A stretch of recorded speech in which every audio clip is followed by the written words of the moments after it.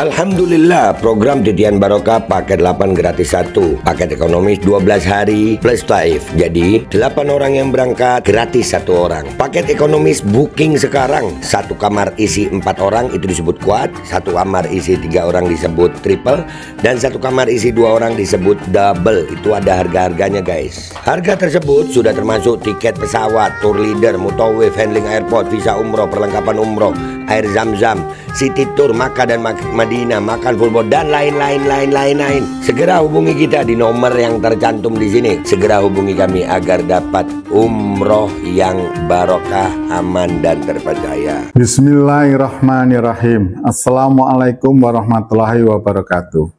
Yang saya hormati Bapak Presiden Prabowo Subianto,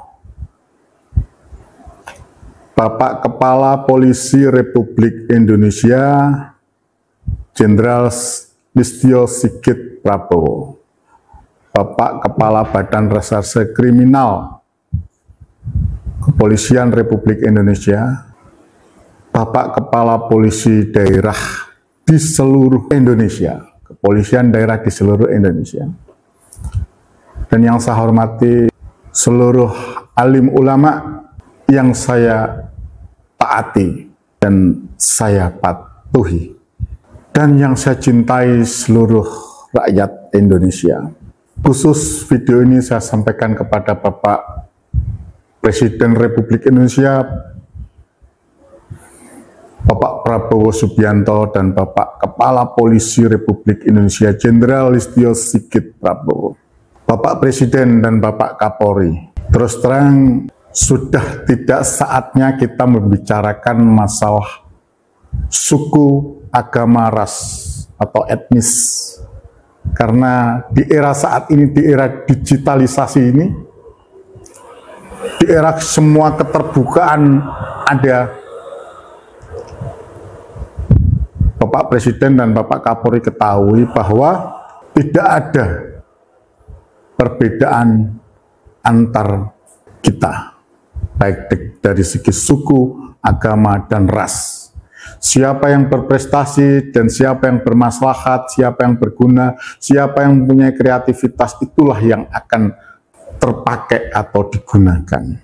Bapak Presiden Prabowo Subianto dan Bapak Kapolri Jenderal Listio Sigit Prabowo, di akhir masa-masa umat Islam sedang khusyuk menjalankan ibadah wajib puasa Ramadan, ada sesuatu yang sangat menyakitkan. Segerombolan orang yang setiap hari, setiap waktu, saya katakan begitu karena seringnya mereka keluar mendengung-dengungkan tentang Yaman, Arab, habaib. Sungguh itu seharusnya segera dilakukan penindakan, karena itu berpotensi memecah belah umat, memecah belah bangsa. Dan mereka yang menyedihkan selalu mengatasnamakan pribumi, yang mana sesungguhnya masalah pribumi atau non-pribumi ini kita tidak perlu pisah-pisahkan. Indonesia merdeka itu berkat semuanya, berkat peran serta rakyat seluruh Indonesia, di mana di dalamnya ada etnis-etnis yang walaupun minoritas ikut berjuang, dari etnis Arab, etnis Tionghoa, bahkan etnis Belanda pun ada. Jadi kalau kita membicarakan masalah etnis, maka ini adalah SARA. Dan harusnya Kepolisian Republik Indonesia segera melakukan penindakan. Parahnya karena dibiarkan oleh Kepolisian Republik Indonesia, Bapak Presidenku, Bapak Prabowo Subianto, dan Bapak Jenderal Listio Sigit Prabowo.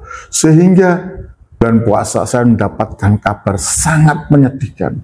Gerombolan tersebut dalam hal ini yang dimotori oleh Fuad Pleret. Saya tidak tahu yang bersangkutan menyerang, selalu menyerang etnis Arab. Dan memang etnis Arab itu saja yang diserang oleh mereka, dikatakannya etnis Arab itu adalah penjajah, khususnya yang dari Yaman, khususnya Habaib. Bapak Prabowo Subianto dan Bapak Kapolri Jenderal Listio Sigit Prabowo, kalau kita katakan pengkhianat, 350 tahun kita dijajah oleh bangsa Belanda, itu nyata tercatat dalam sejarah. Setelah itu dijajah oleh Jepang 3,5 tahun, dan itu tidak pernah dibahas oleh mereka. Karena lamanya, sebab apa lamanya? Karena terus terang di sana, di tempat kita ada pemecah belah persatuan dan kesatuan dari zamannya Diponegoro. Perjuangan Diponegoro itu pun karena adanya pengkhianat yang di sini, dalam artian kata, saya tidak mengatakan pribumi, tapi orang-orang yang berjuang di belakangnya Pangeran Diponegoro itu berkhianat. Yang dikatakan oleh kita londo-londo ireng. Dulu ada londo-londo ireng dari Kenil, dan itu terkenal. Jadi alangkah nistanya, alangkah bodohnya kalau kita mengatakan Fuad Pleret dan kawan-kawan mengatakan Yaman yang melakukan penjajahan, orang-orang Yaman yang melakukan penjajahan, Habib yang melakukan penjajahan. Kalaulah mereka tidak suka dengan Habaib, tidak selayaknya mereka membawa nama kata-kata pribumi. Karena saya juga pribumi, anak saya pribumi, orang tua saya pribumi, banyak teman saya yang pribumi. Sungguh sangat tidak ikhlas nama kata-kata pribumi dipakai menyerang etnis tertentu, karena kami beradab. Kami tahu bahwa banyak anak-anak Indonesia yang belajar di seluruh belahan bumi ini, termasuk banyak yang belajar agama, menuntut ilmu agama maupun ilmu-ilmu lainnya di Yaman. Ini yang tidak mungkin tidak dipikirkan oleh Fuad Pleret dan kawan-kawan.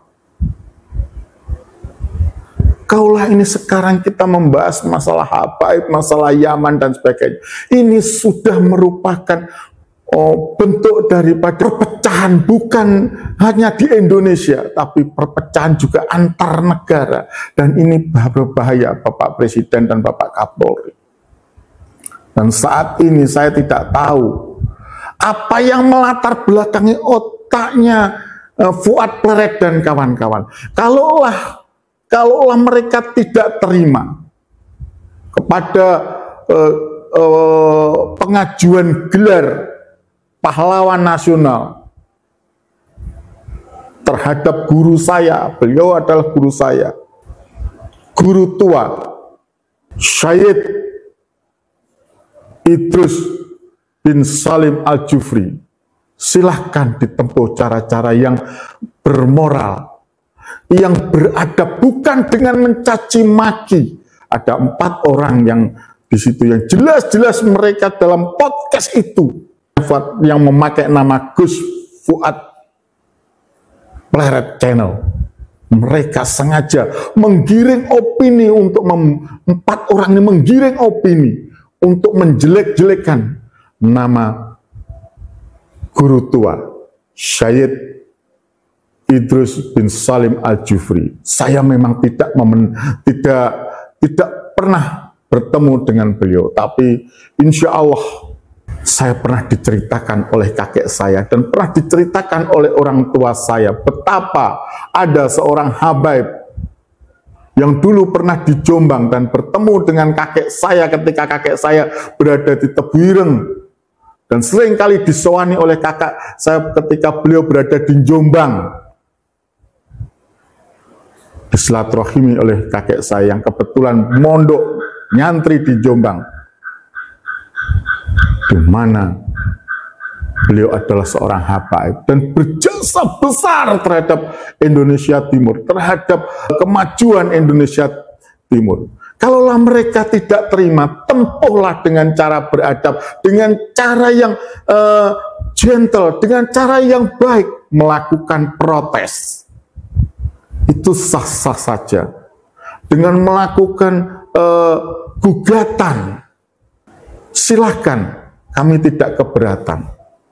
Tapi ketika mereka menyatakan, Fuad Pleret menyatakan sebagai seolah-olah dia pribumi, padahal sungguh Fuad Pleret dan kawan-kawan tidak mewakili kami para pribumi, tidak mewakili anak saya yang pribumi, tidak mewakili kakek saya yang pribumi, tidak mewakili bapak dan ibu saya yang pribumi, tidak mewakili istri saya dan saudara saya yang pribumi. Menjelek-jelekan dan bukan menistakan seorang ulama besar, pendiri Al-Khairat yang telah mencerdaskan bangsa, telah membantu negara kesatuan Republik Indonesia ini untuk ikut serta mencerdaskan bangsa, dikatakannya mohon maaf dengan nama binatang. Dan yang paling parah, mereka mengatakan bahwa Fuad Pleret dengan cukup jelas mengatakan bahwa dia sedang mengamalkan Al-Quran.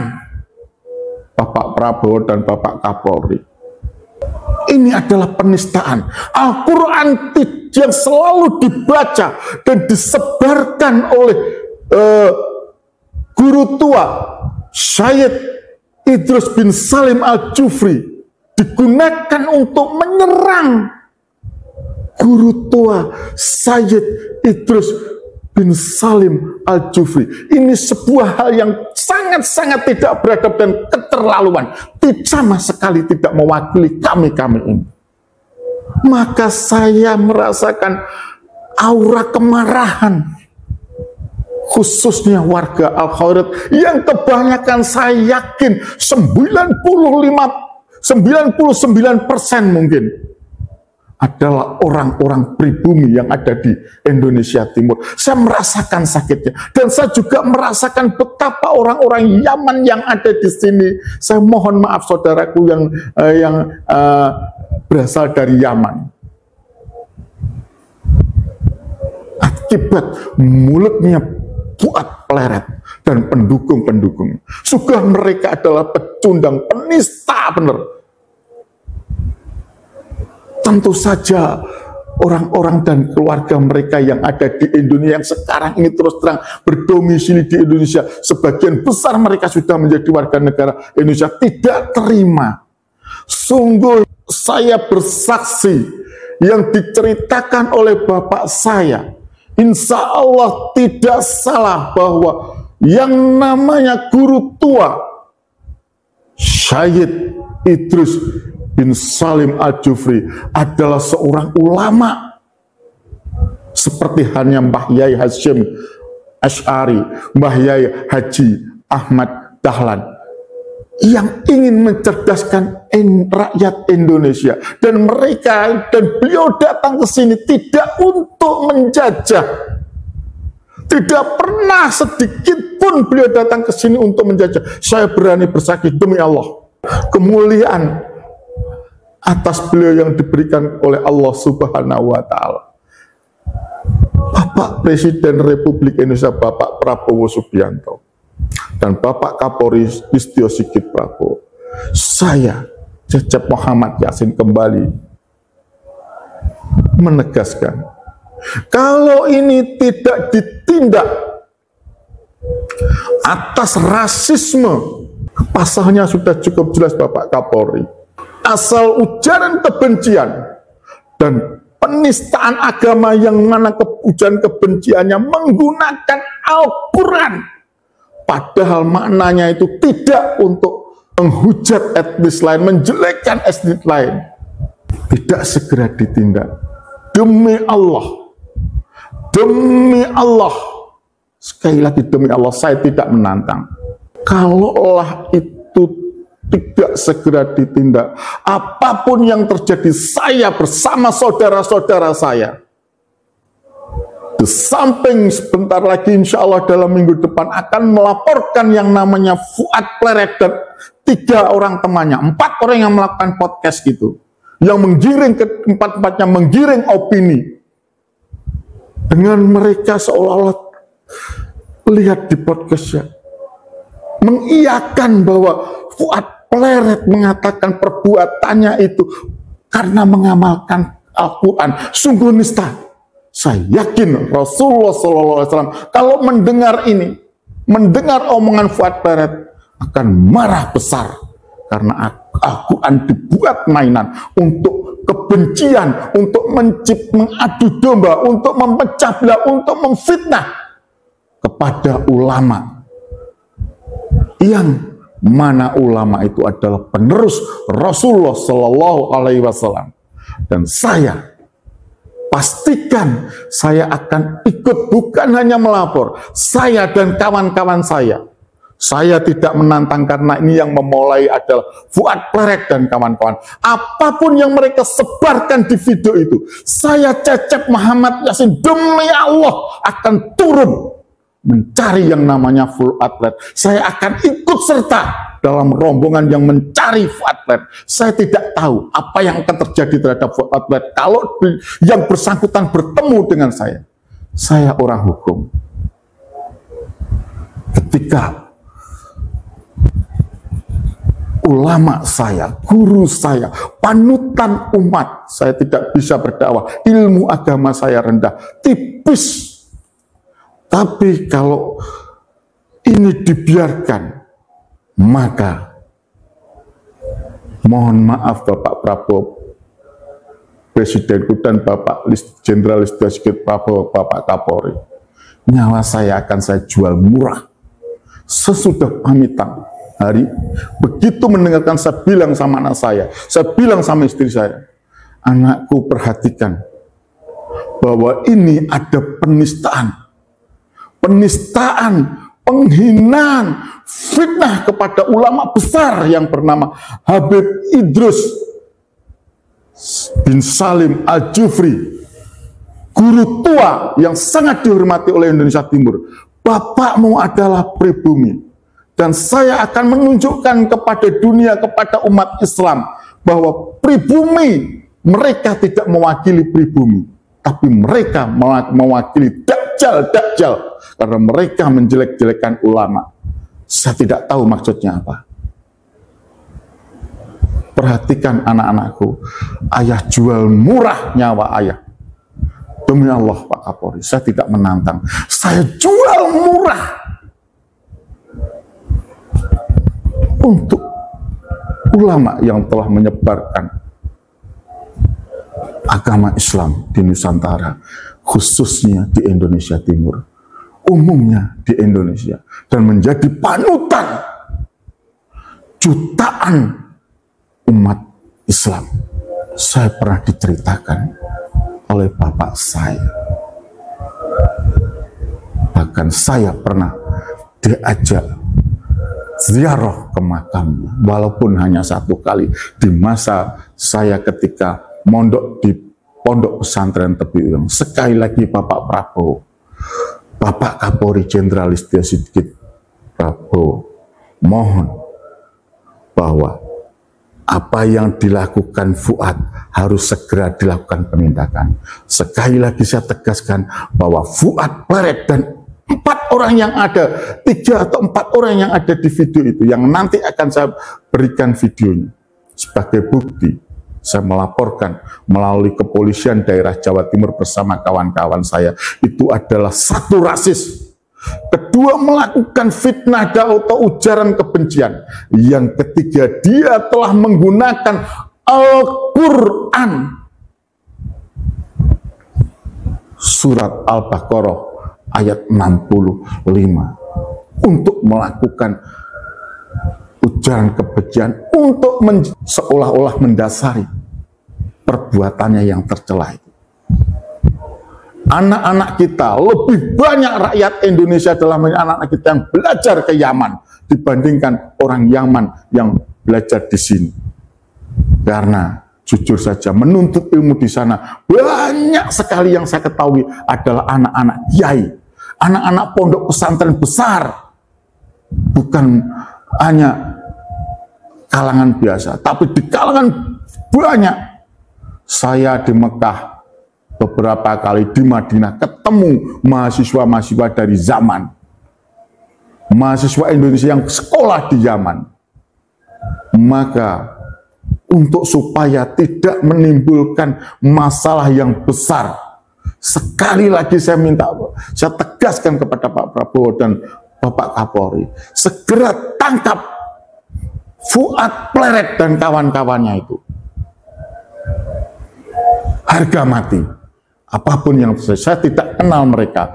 Mereka membawa nama-nama pribumi. Mereka tidak mewakili orang-orang pribumi. Sungguh orang pribumi kebanyakan menghormat kepada ulama atau kiai-kiai. Bangsa yang besar adalah bangsa yang menghargai pahlawannya. Pahlawan itu bukan hanya berjuang di medan perang, tapi juga ada pahlawan di dunia pendidikan.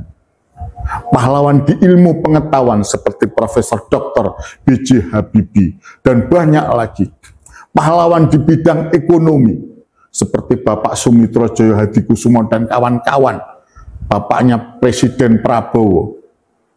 Pahlawan di bidang pertanian, pahlawan di bidang pembangunan, bukan hanya fisik bagi kami, tapi guru, ulama itu adalah pahlawan. Dan sekali lagi saya meyakini, insya Allah tidak diberi gelar pahlawan pun, bagi kami tidak akan mengurangi rasa cinta kami, rasa hormat kami, rasa hormat saya, anak saya dan keturunan saya, keturunan bapak saya, keturunan kakek saya kepada guru yang diberi kemuliaan oleh Allah Subhanahu wa Ta'ala, guru tua Habib Idrus bin Salim Al-Jufri. Saya tidak guyonan, saya tidak bergurau, saya sedang serius. Saya sudah pamit sama istri saya dan anak-anak saya, Pak Prabowo dan Bapak Jenderal Listio Sigit Prabowo, Kapolri, bahwa saya jual murah nyawa saya untuk membela ulama, untuk membela penerus Rasulullah Shallallahu Alaihi Wasallam dari orang-orang yang menistakannya. Ulama lurus, sungguh yang namanya guru tua Syed Habib Idrus bin Salim Al-Jufri adalah seorang ulama yang lurus, dan sudah insya Allah jutaan muridnya, jutaan santrinya, jutaan rakyat Indonesia, jutaan anak Indonesia mendapatkan ilmu dari dakwah dan perjuangan beliau di dunia pendidikan. Sekali lagi, beliau tidak perlu tanda jasa, beliau tidak butuh gelar kehormatan kalau itu menjadi masalah.